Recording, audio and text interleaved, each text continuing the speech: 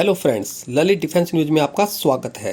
तो दोस्तों, एक बार फिर ताइवान को लेकर चर्चाएं तेज हो गई हैं और इस बार अमेरिका सरकार पर सबकी नज़रें टिकी हुई हैं, क्योंकि कुछ दिन पहले लिथुआनिया, जो रूस के साथ लगता हुआ एक देश है, उसने अपने देश में जो ताइवान की एम्बेसी है उस पर ताइवान को ताइवान नाम लिख देने की इजाज़त दे दी थी।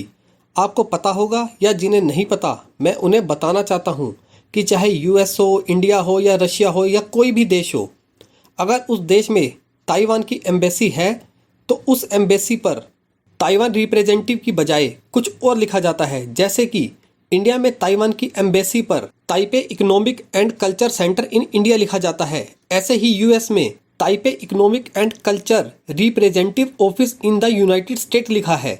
लेकिन यूएस अब ऐसा विचार कर रहा है कि इसका नाम बदलकर सीधा ताइवान रिप्रेजेंटेटिव ऑफिस कर दिया जाए। लेकिन चीन इस बात से काफ़ी खफा है और चिंतित भी है, क्योंकि आपको तो पता ही है, जैसे ही ताइवान का जिक्र होता है तो चीन अपना आपा खो देता है। वह मरने मारने की बातें करने लगता है। वह ताइवान को चीन का हिस्सा मानता है। ऐसे में अगर अमेरिका ने एक बार ताइवान शब्द का इस्तेमाल करना शुरू कर दिया तो अमेरिका के साथ साथ जापान, ऑस्ट्रेलिया, फ्रांस व नाटो के अन्य सदस्य देशों को भी ऐसा करने में ज़्यादा समय नहीं लगेगा। और अगर ऐसा होता है तो दुनिया कहीं ना कहीं ताइवान को अलग देश मानने लगेगी, जो चाइना कभी नहीं चाहता।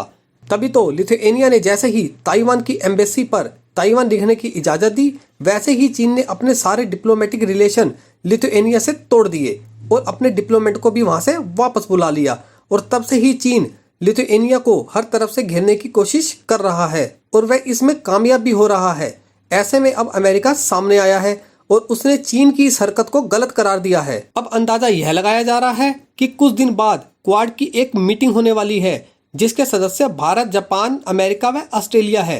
इस मीटिंग से पहले यूएस चीन के खिलाफ या ताइवान के पक्ष में कोई ना कोई कदम जरूर उठाएगा। अब देखना यह है कि अमेरिका ताइवान एम्बेसी के नाम बदलने तक ही सीमित रहता है या फिर और कुछ इससे भी बड़ा करेगा। और अमेरिका केवल ताइवान एम्बेसी का नाम ही बदलने की इजाज़त दे देता है तो भारत का इस पर क्या रिएक्शन होगा? क्या भारत भी ताइवान को अपनी एम्बेसी का नाम बदलने की इजाज़त देगा या नहीं? क्योंकि जैसे ही भारत ऐसा करता है वैसे ही चीन की तरफ से भी कोई ना कोई कार्रवाई देखने को जरूर मिल सकती है।